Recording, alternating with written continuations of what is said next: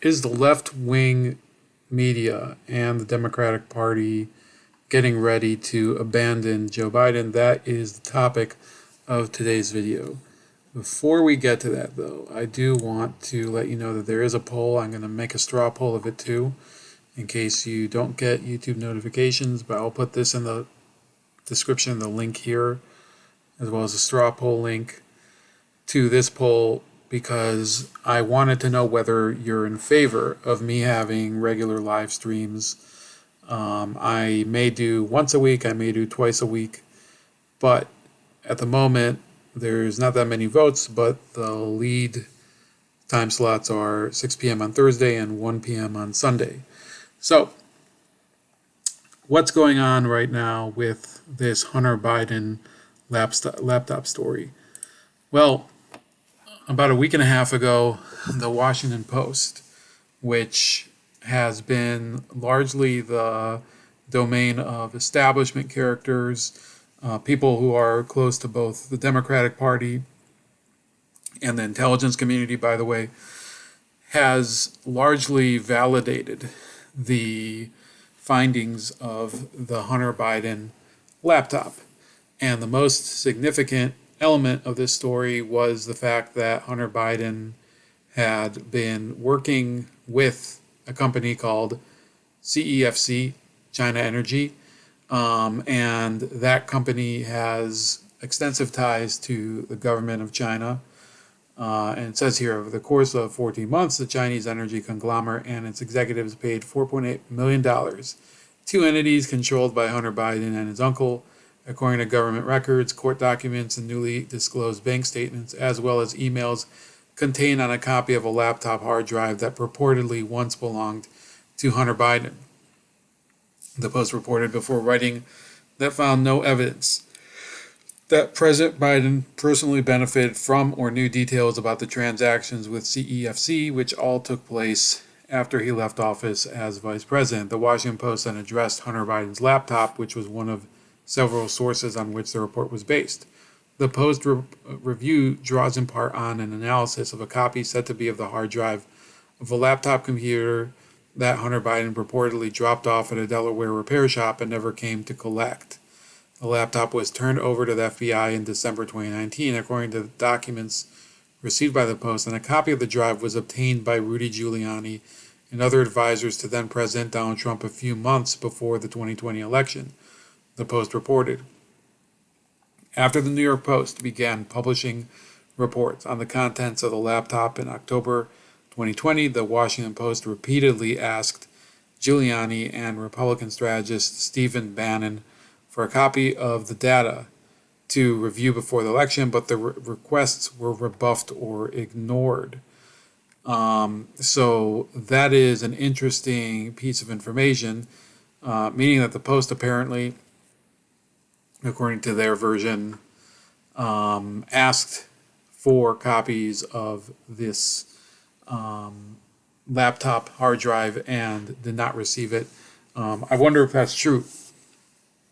If it is true, that's kind of embarrassing for Giuliani and Bannon, because they could have just easily sent it to the Washington Post. Maybe they had a reason they did not. Maybe this didn't really happen. In either case, what we do know is that virtually all of the media is now acknowledging that this information did really come from a laptop that was owned by the president's son, and that the contents of this laptop were showing activity that was either illegal or inappropriate, or at least compromising to Biden and the first family. And they're maintaining this line that while it is damaging and embarrassing for the first family, it does not directly implicate Biden personally in any illegal wrongdoing. This is, according to whatever knowledge I've seen in the past from Tony Bobolinsky, who was one of the Biden's partners in this venture, this is incorrect. What, according to him, transpired was not just some deal between Hunter Biden and the Chinese energy company. It was a deal between the Biden family and the Chinese energy company, with Hunter Biden being basically a liaison. And therefore, the proceeds from this deal would also go to, among others, former Vice President Biden at the time, because he was out of office, he was a private citizen. And effectively, this would constitute some sort of gift to the Biden family, not just to Hunter Biden, but to his uncle Jim, the brother of Joe Biden, and Joe Biden himself. And this was pending, of course, Biden's own run for president in 2020. Now, some might ask, okay, what is the issue here if you're talking about a private individual? After all, the Trump family, for example, they've done extensive dealings with overseas companies and with governments. And what's the problem here? Well, the problem is that in most cases, such as when there was a Chinese bank that leased space in Trump Tower, you are talking about the company getting a tangible service or good or I guess space in return for their money, right? So when you're renting space in Trump Tower, that's the deal of the agreement. There's no discernible reason that or there's no discernible service or good delivered to the Chinese government that is outside of that agreement. So there's no real conflict of interest necessarily between Trump and the Chinese bank for conducting that business, so long as it is limited to the parameters of a lease agreement, and it is also not in exchange for other favors that could be political, right? Now, how is this different from the Hunter Biden Chinese energy company deal? Well, this could be a foreign lobbying effort, right? They're not actually, nobody's actually precisely sure what the Chinese got in return for the money that they paid to Hunter Biden and the Biden family. That's really where the problem is. And that is where we're talking about conflicts of interest, because whereas in the one case with the Trump Tower deal, where they were renting space to this Chinese bank, you could say, well, they were renting space. That's the extent of the relationship. Here, we don't know necessarily exactly what the Chinese got in return, and really what was the issue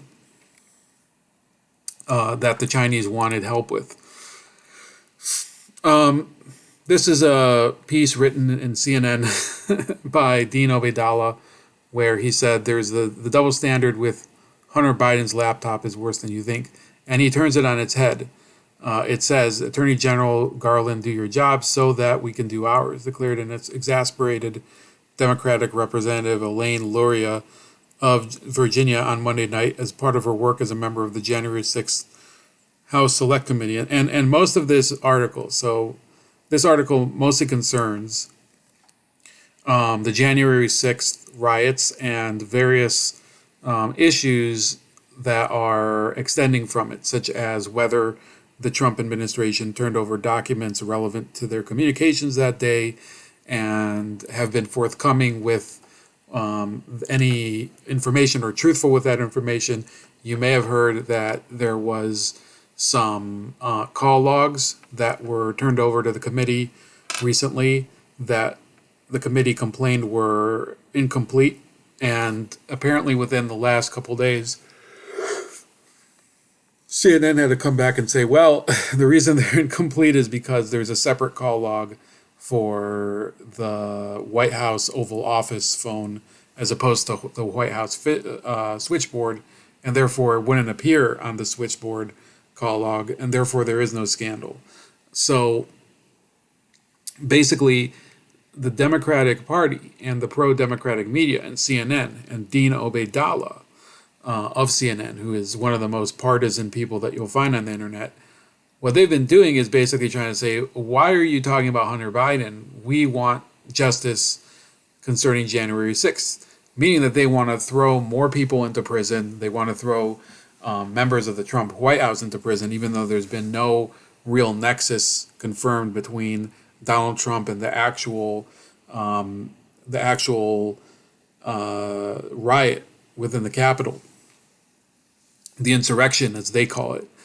There's been no clear communication that's been demonstrated that would show that Donald Trump was culpable for it. Yet they still want Merrick Garland to go after him, and they feel that basically this White House, the Biden White House, owes them for the fact that for 2 years they've been screeching and hollering about how democracy was threatened by the January 6th insurrection, and yet nothing's been done about it legally. And then you have articles that are now trying to explain really what was going on, why people are mad about the Hunter Biden scandal. And one of them, this is from The Week, and it says why conservatives are so mad about Hunter Biden. And actually, I was starting to read this, and I was like, this actually is not the worst article. It says here, the Hunter Biden laptop controversy has grown bigger than just a story about emails belonging to the president's son, though. Conservatives see a pervasive liberal media bias and the suppression of information that was potentially harmful to a Democratic presidential campaign. Prominent public figures confidently asserted that the computer and its contents were Russian disinformation. If we are right, wrote more than 50 former senior intelligence officials in a well-publicized letter. This is Russia trying to influence how Americans vote in this election, and we believe strongly that Americans need to be aware of this. Since then, Americans have become aware that the laptop is playing a role in the Merrick Garland-led Justice Department's investigation of Hunter Biden's sketchy business dealings, but not before the election year stories about this device were memory holed by the big social media platforms and ignored or dismissed as a Russian and or right-wing stunt by most of the media. Newsrooms can point to the reasons for their skepticism besides liberal bias. The laptop just being left at a computer shop seemed suspicious. Rudy Giuliani's involvement in its discovery likewise did not instill the confidence it might have 20 years ago. Former President Donald Trump was impeached over his Hunter dirt-digging excursions, which haven't exactly ceased since leaving office. But there was also some degree of regret over how Hillary Clinton's emails were covered in 2016, with the belief that it redounded to Trump's electoral benefit. There was real, if often sloppily defined, Russian interference in that election, though that has also turned out to be a more complicated story than much of the reporting initially made it out to be. And even now, much about Hunter Biden's laptop remains unverified, along with the bolder claims about the president's place in these events. All this could lead to some genuine journalistic qualms, though it was also clear that many in the media thought Trump's win was a bad thing. Insofar as Hunter Biden's emails are more than the Steele dossier of Trump-Russia fame, conservatives have a legitimate beef. So I think this article goes a little bit the distance to explain why people who are on the right are troubled by this. I'm going to tell you my take. People should all be very displeased with how the media has treated this story. And invoking what happened with Hillary Clinton and her email scandal is only rubbing salt in the wound. You have to remember that in July 2016, James Comey, the head of the FBI, the FBI director, announced publicly that Hillary Clinton would not be recommended for indictment to Attorney General Loretta Lynch, and he gave this long, rambling speech talking about how there was obviously real problems with what she did, but there was no intent, and therefore the FBI could not, he said specifically, no reasonable prosecutor would bring charges regarding this. And it all had the flavor of somebody who was not doing their job to investigate crime, but editorializing whether they think the crime should be a crime or not, or whether they thought that this crime really qualifies as a crime or whatever. And that was really where the problem really started. Okay, so yes, there was a media firestorm over Hillary Clinton's emails which were improperly and illegally stored on a private server, which was inflamed by conservative media. However, the findings of the FBI investigation validated their claims. Everything she did was, according to federal statutes, illegal. You cannot store classified emails and data on a private, unprotected server, as Hillary Clinton did. Now, many people who were in the mainstream media were saying for all those years that this was just a Republican obsession, that they're doing this witch hunt to go after her.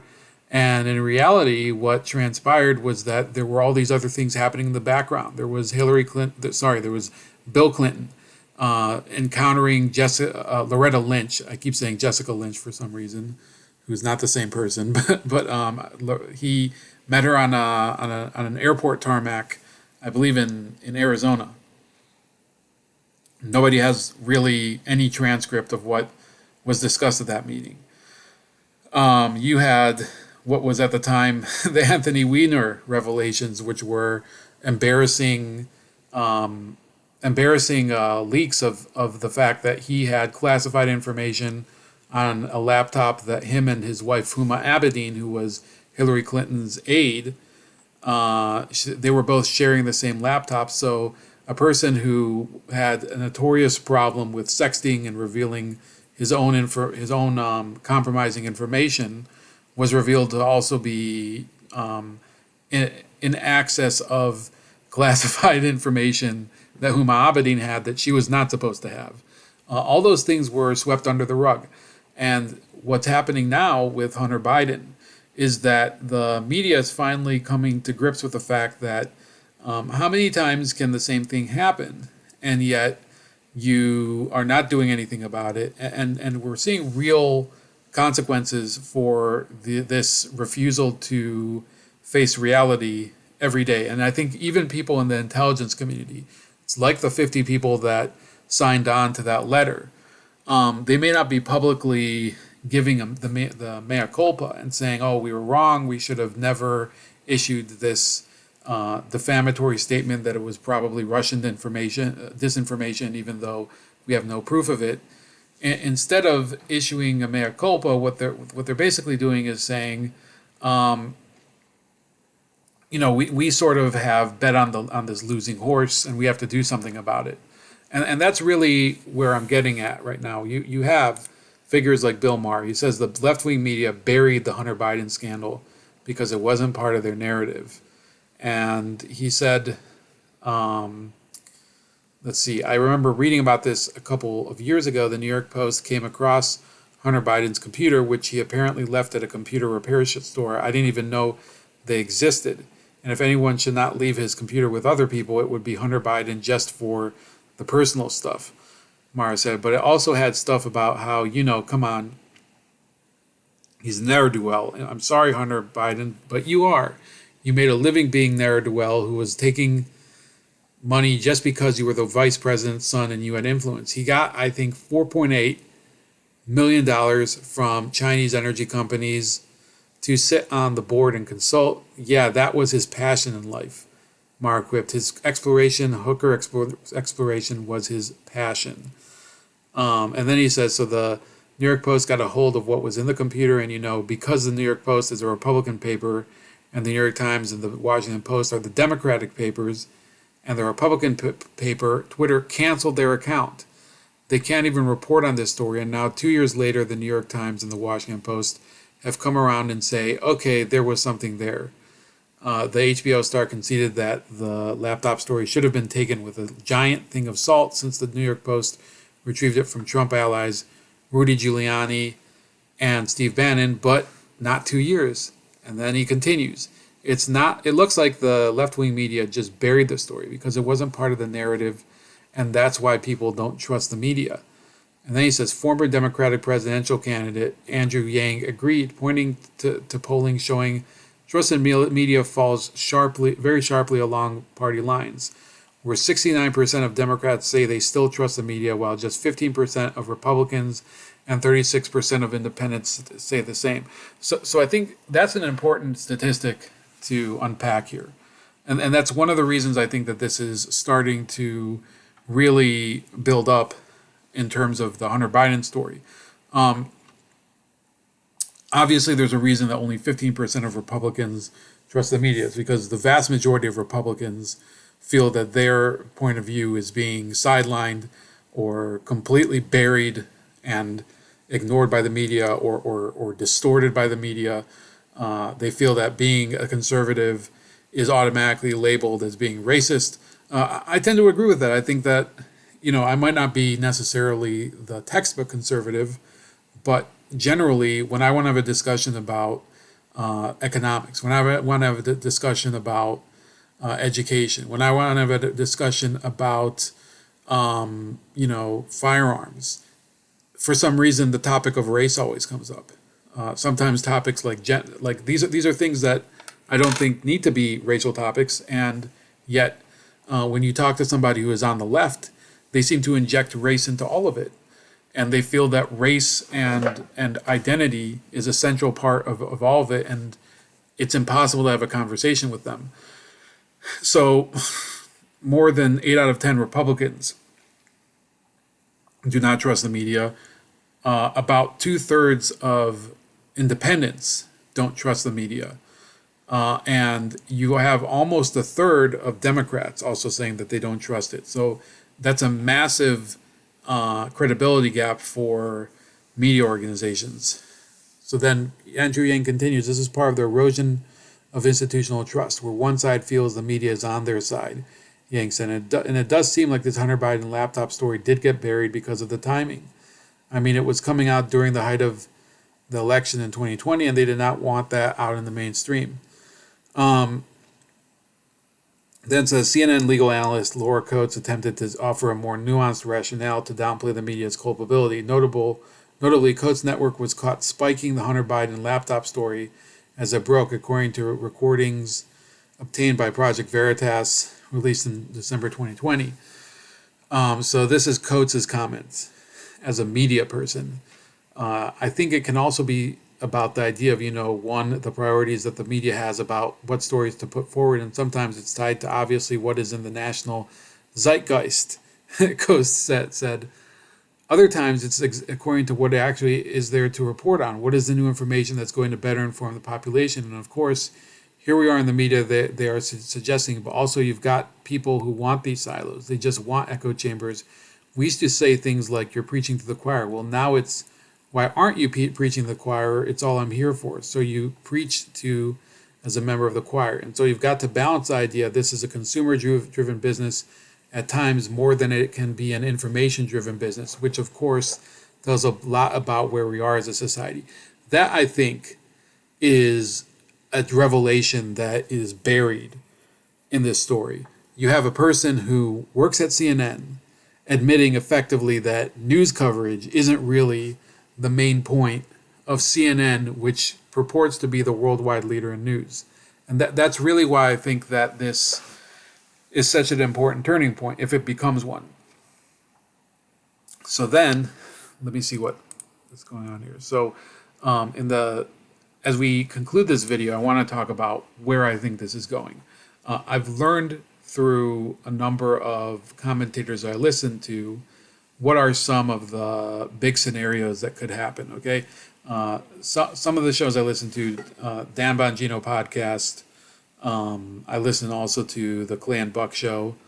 Those are both very conservative shows. I listen sometimes to the Jimmy Dore show also. They're far to the left. The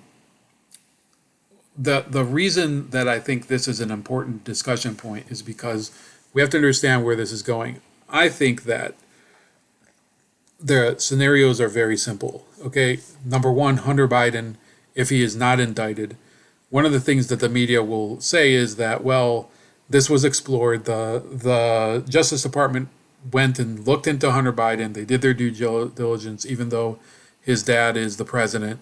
And they found that it's not really criminal what he did, even though it might be unethical, even though it might be immoral, even though it might be unseemly and embarrassing. It's not illegal, and the public has to move on. That's one possibility there.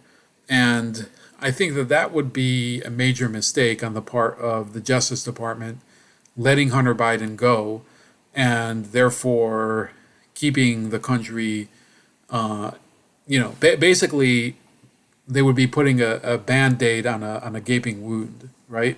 What Hunter Biden did is clearly beyond unethical. It is something that compromises the White House, compromises the integrity of the government to such an extent that a major portion of the country knows that foreign governments are able to buy access to the most senior levels of power.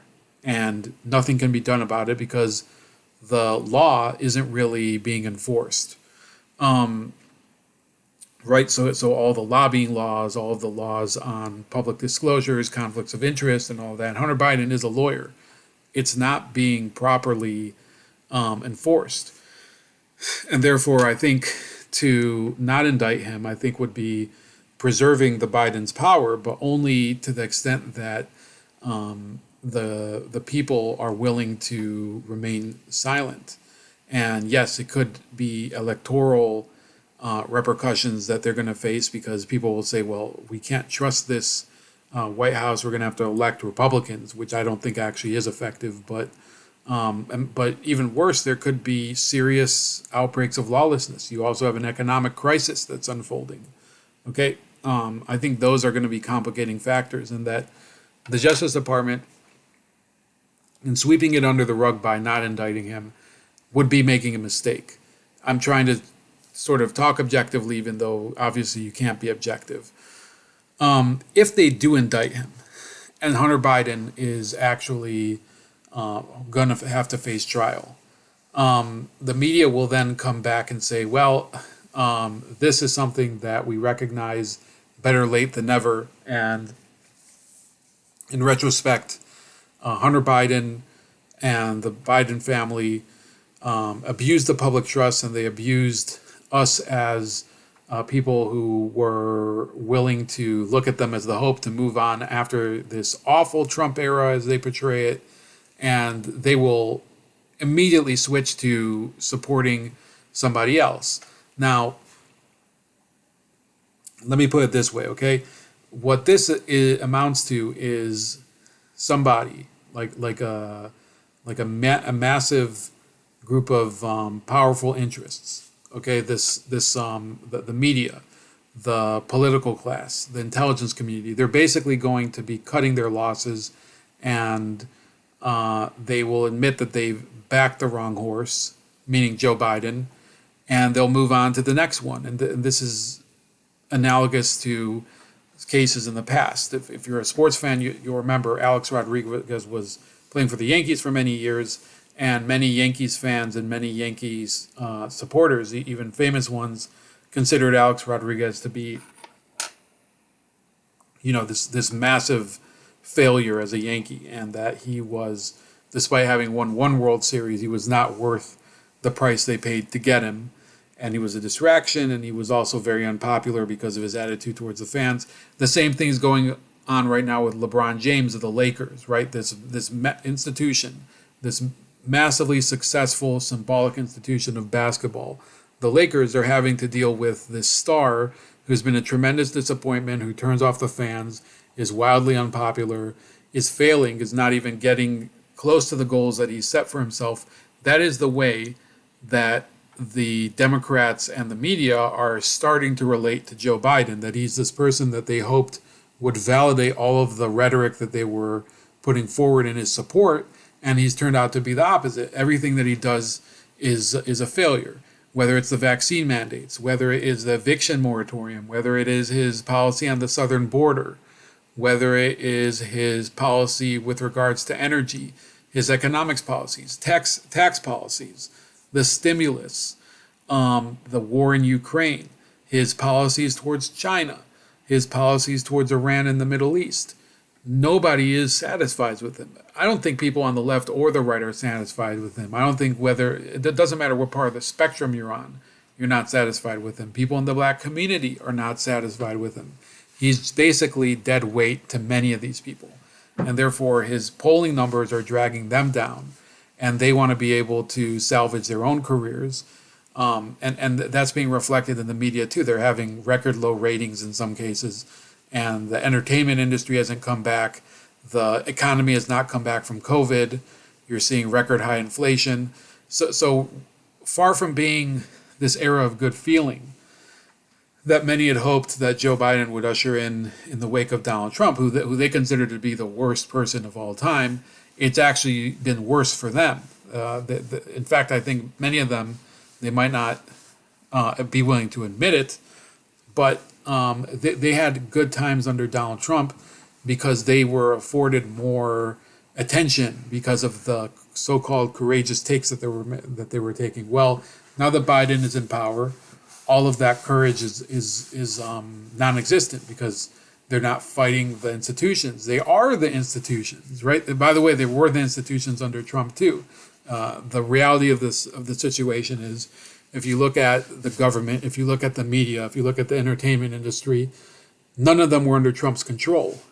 He was only nominally in control of parts of the government, and many of them were actually in rebellion against him, as evidenced by things like lying to him over the Afghanistan withdrawal. There were actual members of the Pentagon and defense establishment that were lying to the President of the United States about withdrawing troops from Syria, and I think also Afghanistan.